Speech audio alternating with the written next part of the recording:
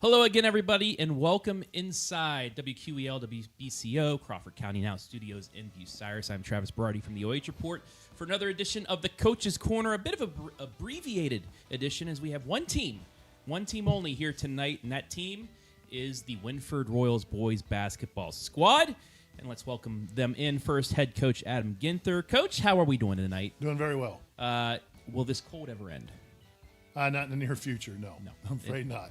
It's terrible. I was looking at the weather, and it said at least until February 11th, it's not going to get over 26 degrees. Yeah, it's just, I mean, bus rides have to stink on that. Two guys that probably agree with me on that. The two players from Wynford. First, Jace Stuckman, a senior. Jace, how we doing tonight? Would you rather like it 90 degrees or 20 degrees? No, 90. 90? You went out on a beach? Yes. Mm-hmm. And also his teammate, sophomore Drew Stanek. Drew, same question to you. Would you rather be 95 degrees in a heat wave, or would you rather it be cold and 20? I'd say probably 90. You can more stuff to do, honestly. Yeah. Hey. Total agreement. Can't wait to go on my cruise during spring break to get out of this cold, because it might not get over 30 degrees by then, the end of March, but we'll have to see. So you guys, Coach, 3-11 so far, but you guys are really picking up. You have a young squad this year. You only have one senior being right across from me, but what have you seen from your guys from day one to now that you can be like, we're improving? You know, a lot of teams with a record like that might get frustrated and want to fold up and give up. These guys are playing to the very end of every game, giving me everything they have, and they show a willingness to learn and want to improve. So they've been a blessing and a joy to coach. Yeah, and Jace, being the lone senior on this squad, you're probably the senior leader, the captain of the squad. But just from what you've seen from these younger players, what have you seen that gives you some hope and Wynford Nation hope moving forward that this team is going to change things around and do well? I feel like all these players are really like playing their game. They're filling spots, and I feel like they're going to slowly but surely get up into playing varsity level and playing as Wynford. And one underclassman he's one of the top scorers in the league, Drew Stanek. Drew, just how have you progressed yourself from beginning of the season to now to where you're one of the best scorers in the league?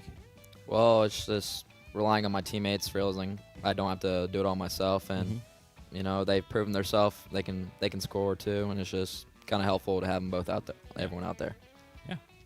So since it's only you guys, we're going to play 3 games with you tonight. So we're going to get into our first game immediately. It's called 10 Spin. So if you haven't seen it, Coach, you probably played this last year. But guys, all 3 of you are going to participate 3 times at least. And what it is, it's just a random number generator up here. It goes off. You say stop. Whatever it stops on, that's the question I ask you. It's easy as that. And we'll get you going with the guy that's done it last year. Coach, whenever you're ready, say stop. Stop. First question for you. What's the funniest moment that happened in practice that they thought you didn't see, but you saw or you heard about? We'll go with that. Funniest moment that happened in practice that the coaches probably don't know about, but you found out. Boy, I don't know if we've had too many of those. What I can think of, something that's a little off of this, is I turned around one time and our assistant coach, Coach Dennison, was down on the floor, and I thought he was hurt, but he was shocked that somebody drew a charge in practice, and he was impressed, and then he was a little excited, so that was the way he was showing it. So that caught me off guard. I'm not going to lie. I thought he got hurt. I like that. Change the question around to what the coach that players haven't seen. You guys like, I guess, don't take too many charges, but when you do, it's a welcome sight, or what is that defensively? Coach Dennison, we need to do more of it. We have opportunities to be there and with a young squad. They're sometimes I think a little gun shy to do it. And Coach Dennison really is on them about that constantly, and he incentivizes them to take a charge and what's something that's really important to him. And so when they do it, he gets pretty excited about it. There you go. All right, Jace, whenever you're ready, say stop, and we'll get you the question. Stop at number 10. What's something that younger players should know before joining this team? Probably that it takes dedication to, play, and that you just can't quit. You gotta keep going no matter what.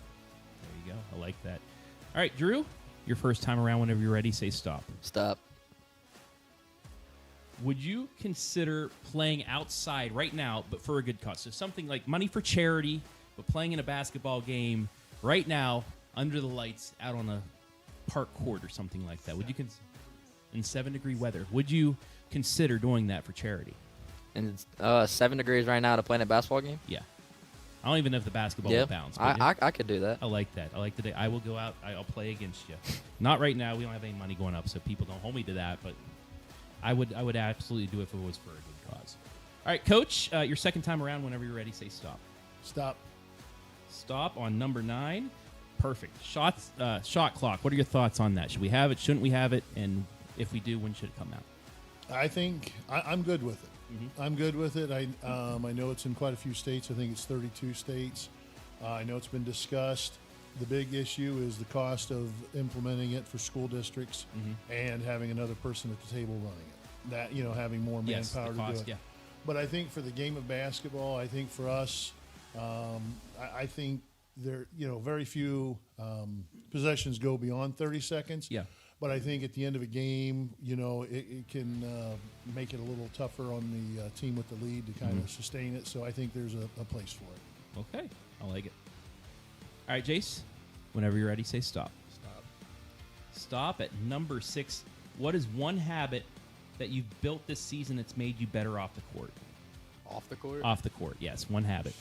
I don't even know. Probably like just communicating with players, I never had relationships before them. Mm-hmm. Just kind of building up and getting close to them. Good. There you go. Communication is key inside and outside the basketball court. So that's a big one that you've learned. That'll help you a lot down the road. All right, Drew, whenever you're ready. Stop. Stop on number 3. All right, pick one or the other. A pill that instantly makes you 7 feet tall, or the ability to never turn the ball over again. Which one would you take? Probably a pill that makes me 7 feet tall. Yeah. Probably because it's just a huge advantage. Mm-hmm. You can go up against those tall boys over at Crawford easier, right? Yeah, I'll be a lot taller than them. Yeah. Yeah, I don't know what I'd do. What would you do, Coach? I never turn the ball over again. Yes. As a coach, I was expecting that answer. And that is all of a sudden your new point guard. There you go. Yeah. All right, Coach. Whenever you're ready, your final time around here. Stop. Stop at number 7. Who is the loudest voice on the floor during tough moments, and what do you hear them say? I like this aspect too, coming from a coach. Which players? What you're asking? Yeah. me? Which player do you see out there in a clutch moment that voices himself the loudest, and what does he say to, I guess, get his teammates into the moment? I'm actually going to say this about a junior varsity player. Okay. Josh Wynford. Josh does a great job. He's a junior that plays JV. Mm-hmm. He does a great job of communicating on the court, trying to get everybody together. He does an excellent job of that. We could use a little more of that on the varsity level. The varsity guys do a good job of policing each other and communicating with each other, and they never really get loud with each other. We don't have too much of that. Mm-hmm. But Renfus is loud, but not, over the top. He's just trying to communicate to everybody, and he does a very good job of that. All right. I like that. Shout out to the JV guys. That's a special place for me, junior varsity, because I didn't do much in varsity. All right. Last time for you, Jace. Whenever you're ready, say stop. Stop. Stop on number 4. What is the best advice Coach has given you that's stuck with you? Probably Denson just saying to shoot the ball. Don't take my wide open looks and pass them up or whatever. So just shoot with confidence and let it go. And even if they don't go in, keep shooting, right? Yep. All right. All right, Drew, your final time. Whenever you're ready, say stop. Stop. Number 8. Number 2, I should say. If you could steal one skill from any teammate, whose would it be and why? Ooh. I'd probably steal Jaron Vance's strength, probably. Because I'm not strong as a guy on the court, and that would definitely help me out. There you go. You have a couple years to get those muscles Yeah. built up to get in the weight room, right? All right, and the last question, this is one we'll ask everybody. Number 8 is...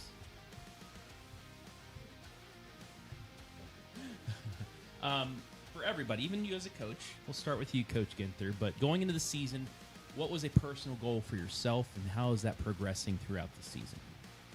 Well, a personal goal really was for us to become relevant in the conference and to get a tournament win. Okay. Wynford boys basketball has not had a tournament win since 2017, and I think that's a big emphasis and goal and of ours, and we're working towards that, and I think we've got a good opportunity to make that happen this year. Okay. Jace, what's the goal going into the season you had, and how are you doing with it? Probably just shooting the ball, making shots, and then I'd probably say like passing to teammates when they need the ball. So just make sure I contribute. I mean, 33% from the field so far. That's not bad at all. Drew, what about you? Making my teammates better. Just passing the ball and giving them open looks, realizing I'm not the only one on the court and they need to help me. And you're second on the team in assists, so it seems like that's working well as well. So that's our first game of the night of 3.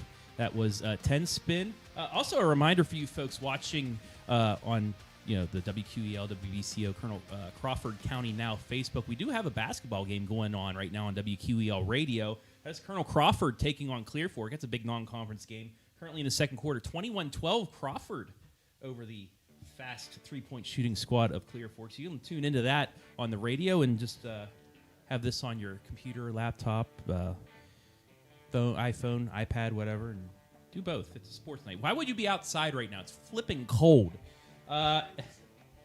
Anyway, let's get back to our conversation. Despite the record, you guys have been very competitive as of late. Plymouth, who's undefeated right now, 59-52 setback. Seneca East also only a few losses, 59-50, and then 68-54 to carry. So the top 3 or 4 teams in the conference, as well as the leader in the clubhouse at the moment in the Firelands Conference, you guys have been playing good basketball against us. What's I wouldn't say changed, but what have you guys been able to do here as of late to have more momentum to compete with some of the best? Well, in all honesty, we've been in a lot of ball games. Really, the 2 with Crawford, we've not been in, and then Pleasant. Not many teams have been in. No, they haven't. And then the game with Pleasant, they came out and got on us right off the bat. And then the rest of the way, we played fairly evenly with them. Really for us, we have a bad 4 to 6 minute stretch. It seems like in games where we have a few too many turnovers and give up some offensive rebounds, and that just kind of shifts it. But a lot of the games, 3 of the quarters, that we outscore our opponent over 3 quarters, and it's one bad quarter. Even Fredericktown, who's undefeated, it was a 1-point game middle of the third quarter. So really, we've been in all the ball games, and then the one with Cary that we ended up losing by 14, that was a 1-point game middle of the fourth quarter. Yeah. So, I think it's the inexperience, it's being young, and the growth of that and understanding how to win and get over the hump a little bit. But we keep fighting, we keep working, we keep playing the last possession, and that's going to flip. And I think we're going to get a few games here down the stretch. I know last year we finished fairly well too at the right time. We won a few games down at the end. Yeah. Jace, I mean, you guys have 8 games left before the tournament. What can you guys do to get over that hump? Probably just start playing as a team better.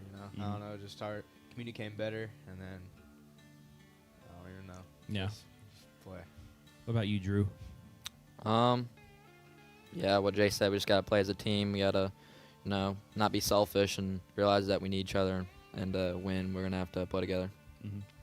Coach, who's been one player that you've seen other than these 2, maybe other than a couple of your, Jaron, who's averaging 8.4 as well, but somebody that's stepped up, that's impressed you a lot from, from summer to now, that's been making big improvements?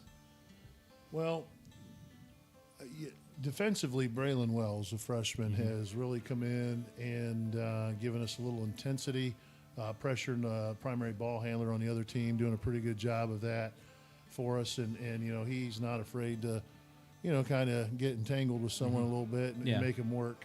So that's been helpful for us. I will say, I know you mentioned Jaron, but Jaron, really since the Upper Sandusky game, has really been a major contributor. And since then, and that's kind of helped us, down, here over the last 8-9 games, whatever. He's really stepped up. But, I think we're all working well together. I think, The biggest thing is valuing the basketball right now. We need to do a better job of taking care of the basketball and valuing it. When we start doing that, then we're going to start winning some of these tough games. Jace, just what have you learned in some of these games that gives you, I guess, some hope for the rest of the season? I mean, other than the 2 Crawford games, I mean, you played a Fredericktown team that is undefeated. You had it at 1 point. Cary, who only has 1 loss in the conference, that's the Crawford. You had it to 1 point. Just what's some things that's going to give you hope from some of these younger players that you think they're turning the corner and they're going to make you guys more competitive down the stretch? Probably that they can take those, I don't know, like stressful situations and that they can persevere through it and just show that they aren't scared. Yeah. What have you seen from your fellow teammates in that that sophomore class? You have a big sophomore class, six players that are sophomores. So you have a lot of time left of being a Wynford Royal. But what have you seen among your classmates that you're thinking, man, we're not playing as sophomores anymore. We're playing as an upperclassman. Well, me and my sophomore class have played together pretty much our whole careers. Been on the floor together.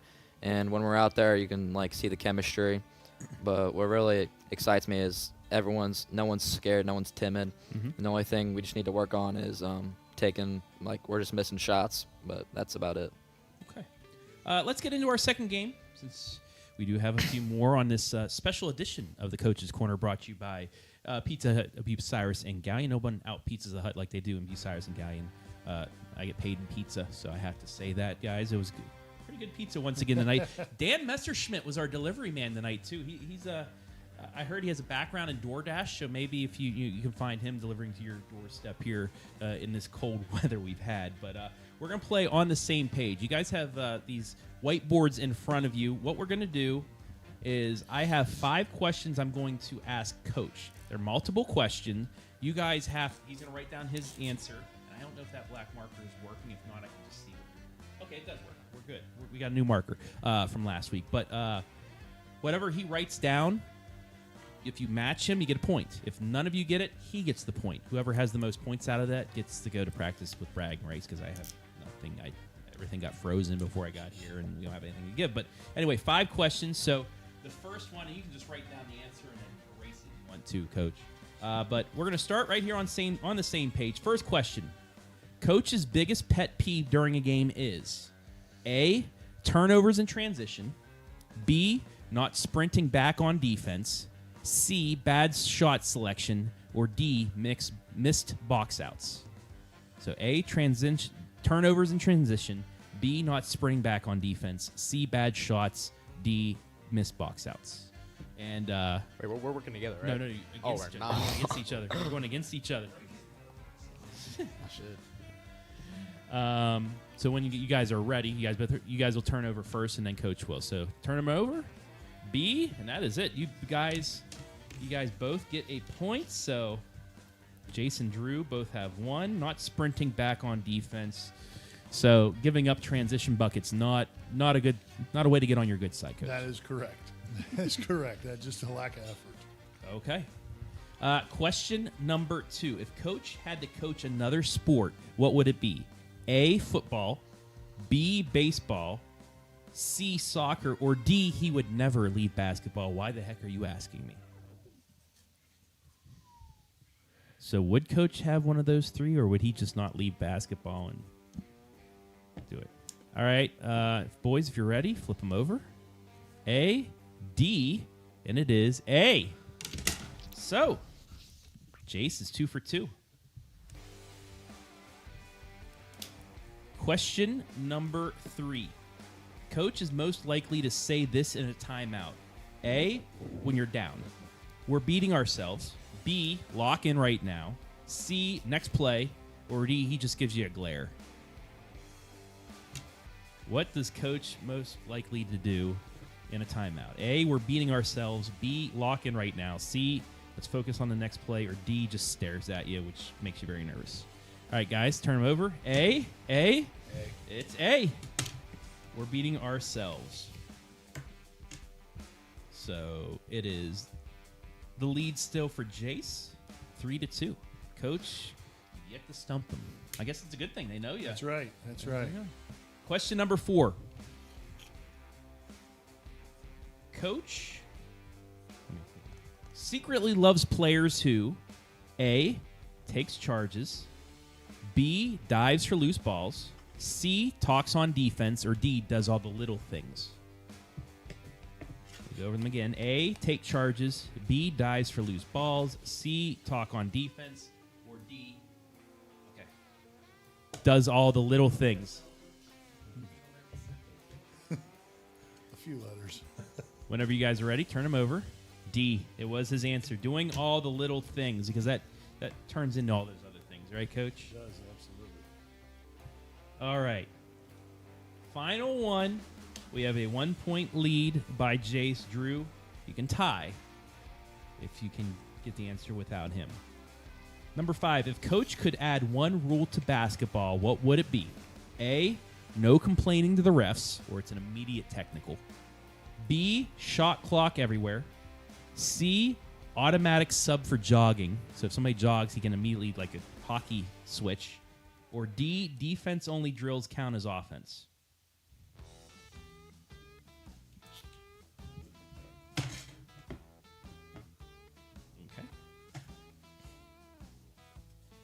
All right, boys, if you're ready, turn them over.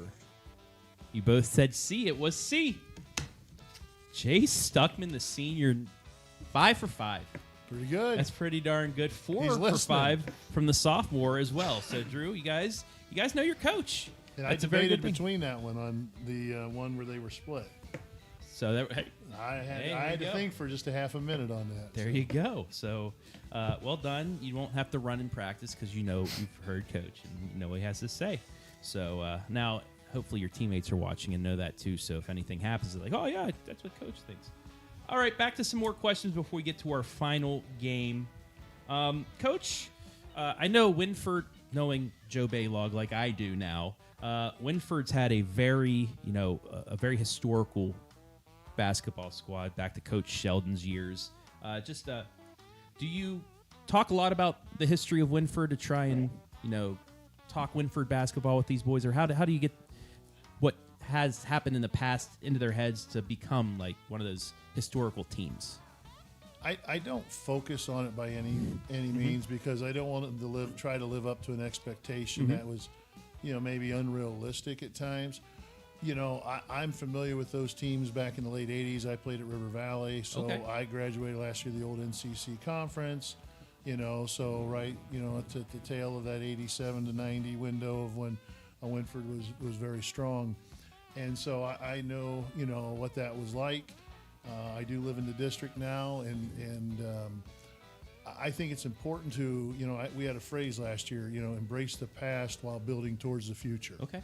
So I think, we want to understand the past and what those expectations are, but we don't need to focus too much on them and worry about them. We want to create our own legacy and then just, have Wynford back to where, it does belong as the leaders in the area in boys basketball. So back when you were at River Valley, did you play Ontario? We did not play Ontario at that I was time. going to say, did you play against Joe Baylog, which would be some good stories right there. Yeah, from what I no, but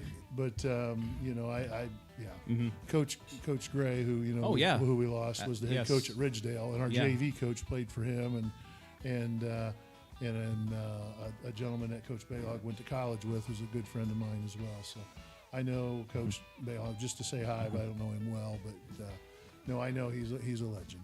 Oh, I yeah. know that. Hey, you can become a legend too. Get some wins on there. We're going to. There we go. Boys, how much do you know about the history of Wynford basketball?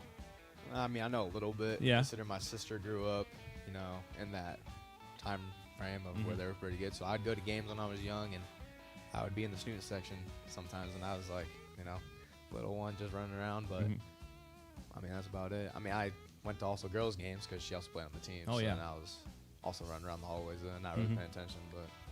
But I understand. That's what we all did. Drew, have you, growing up, did you go to games, things like that?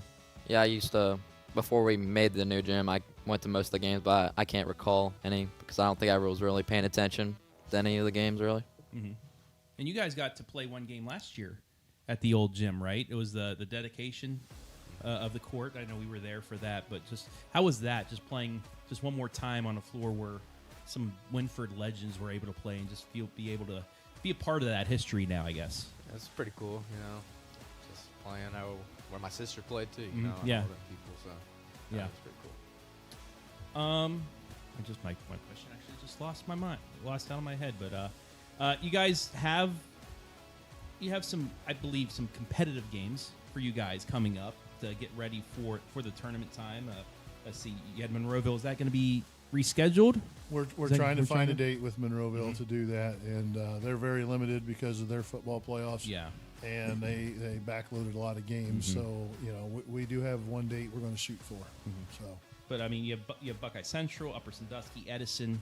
You have a game with Cary, Mohawk, who beat you by 1, then Bucyrus, and then a Northmore squad. A lot of winnable games out there for you guys before the tournament. But just what's it going to take? I'm asking the boys just to get one of Coach's goals, to win that probably sectional, to get yourselves to a district. Because I think with the pods and everything, there's only 8 teams, so maybe one win may get you to a district tournament. But what's it going to take down the line to get that momentum to get maybe a win in the tournament? Probably to just forget this, past couple games that we have been struggling with, and then just pretty much start new, just focus on the future right now. Drew? We just got to close out games. We're competitive in every game, and at the end of the games we tend to give up a lot of points, and that's what we need to work on. Yeah, and we will have you guys live and free on the 14th at Northmore, so the final game of the regular season, unless you do get something rescheduled right there. But I do want to say, I was talking about the pods. I just learned about the new tournament situation just last week from one Jake first. Shout out Jake. But what do you think about the new way of doing tournaments? Because it's set up for all you fans that don't know. The RPI system. We just had the RPI released on our OH report pages yesterday of everybody that's in it on the boys' side, but you get ranked in your group in the Northwest District, and your group gets to play in either one of 2 districts. So you play with 3 other teams in your group. The winner gets out to a district championship to play another group. It's kind of confusing, but you get 2 pods. You literally have 2 ways to go. What are your thoughts on this new format, I guess to say? I think it's a step in the right direction because it allows you some flexibility, potentially. But I hate to say this, but like the Central District is an open district. Yes, Northeast is too, yeah. And so it's just, I think that's a better way to go, and I don't know why we can't go that direction just yet. But, we'll play who they put in front of us and what we have to do. So, but I think it's a step in the right direction. I think they're trying to give teams some ability to move around and try to, create a different matchup or 2. And I think that, that's good.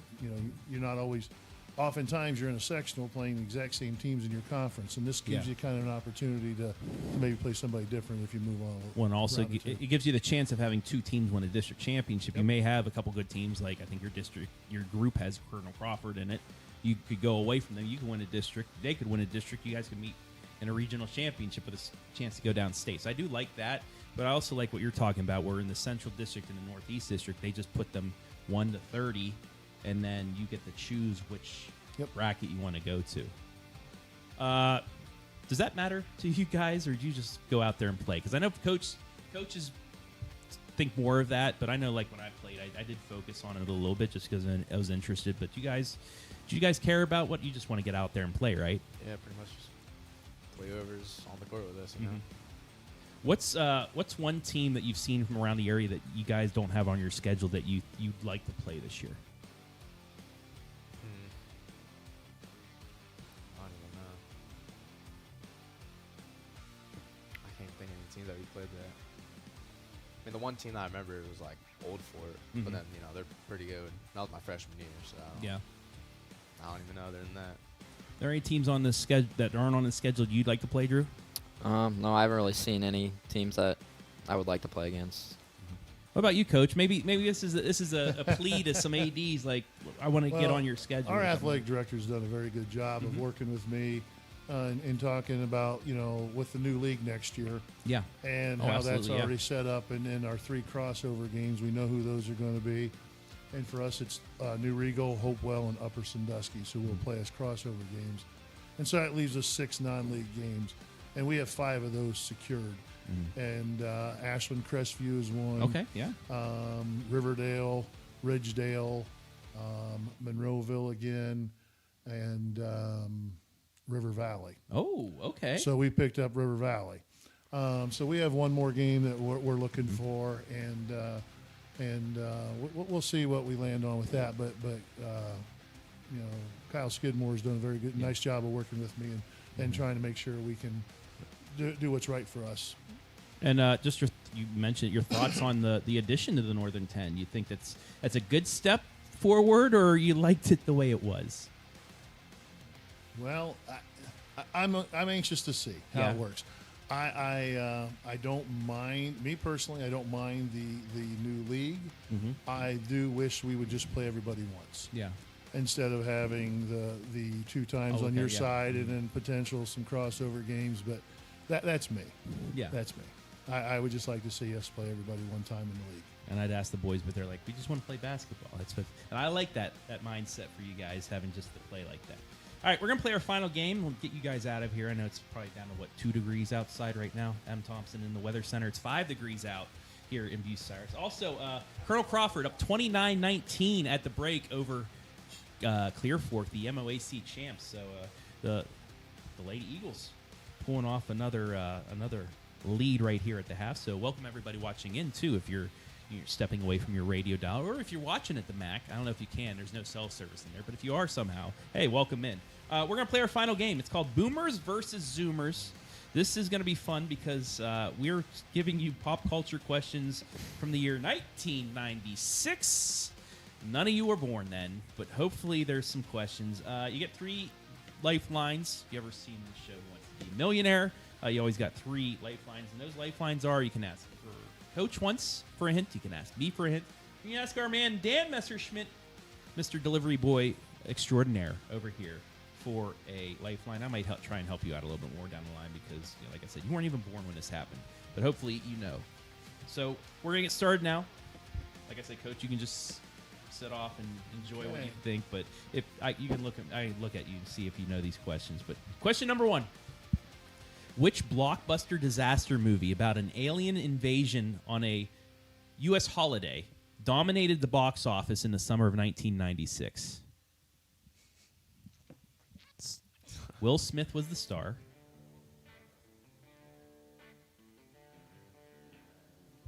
Coach, do you know? I think I do. You think you do. Dan, do you know? No, he does not. And I have it in front of me, so I know the answer, too. Would you guys like to take a guess, or would you like to use your a lifeline? Is it Men in Black? No, it is not.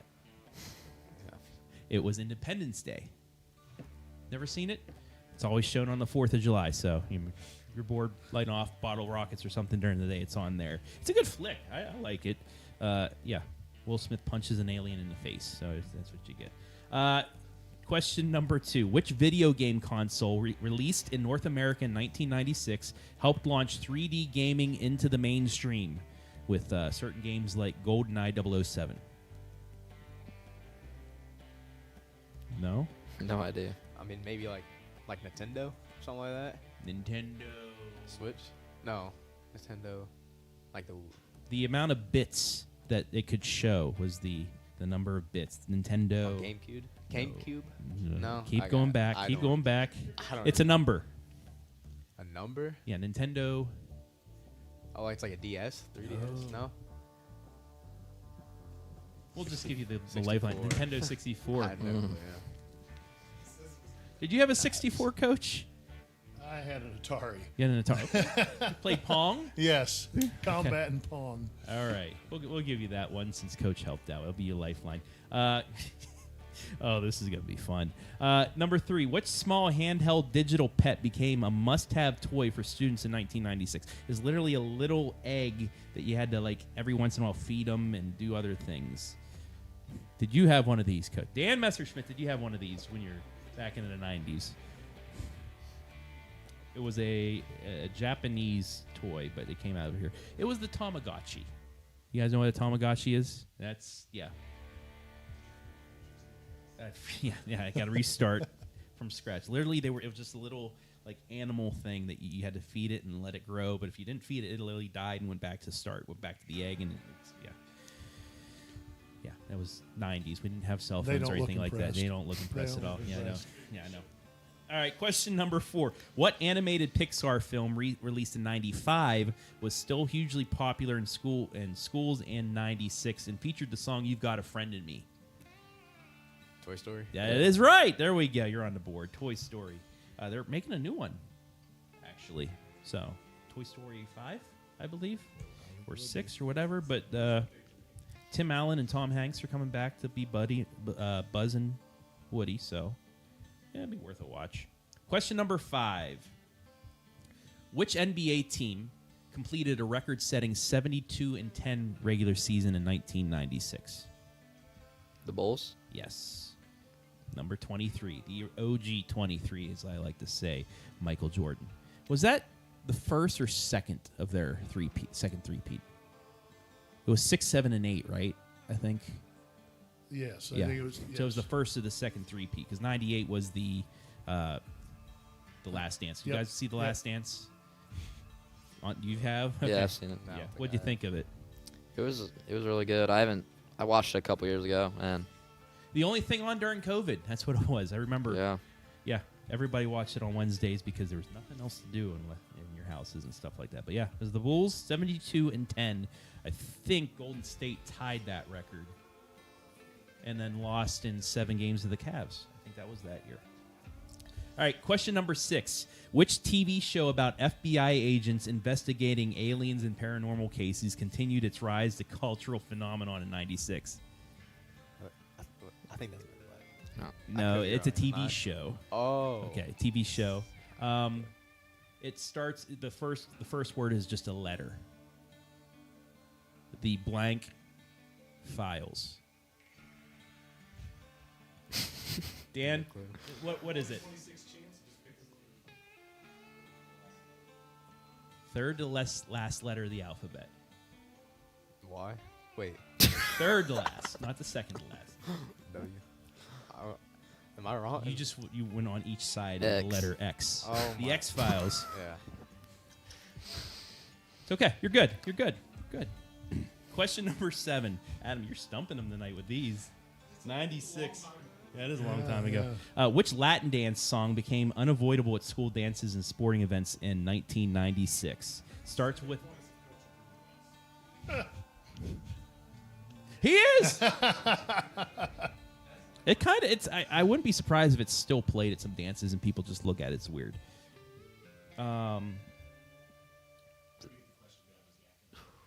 Yeah, okay. One more time. It's I a don't Latin think it's gonna dance help. song became in 1996 where you literally it was arm motions. the Macarena. Yes. Yeah.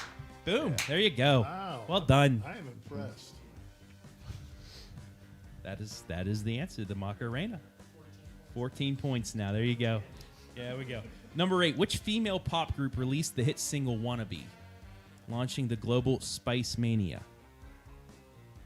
I just gave you the first name. Spice of their group. Girls. There you go. The Spice Girls. That is correct. Just gave me the answer, so Yeah. Update: Crawford now up 19 points on Clear Fork. You want to listen to that game on? I thought it was gonna be more competitive than that, but look at Colonel Crawford maybe getting their signature win of the season. Question 9. The Olympics were held in this city in 1996. It was overshadowed though by a bombing that happened in the area of the Olympics. What city did that occur in? They actually made a movie a couple years ago about this, too. Is it in the South? Think of a major city in the South on our side of the country.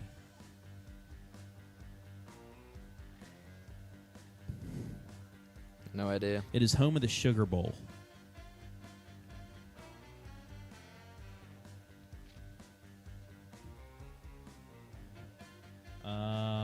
Is it the home of the Sugar Bowl? Yeah, Sugar Bowl, yeah. Oh, not Sugar Bowl. No. The Sugar Bowl was there when West Virginia beat Georgia. That's why. Yes. The Peach Bowl. The Peach There Bowl you is go. held there. There Yeah. you go. The Peach Bowl is held there.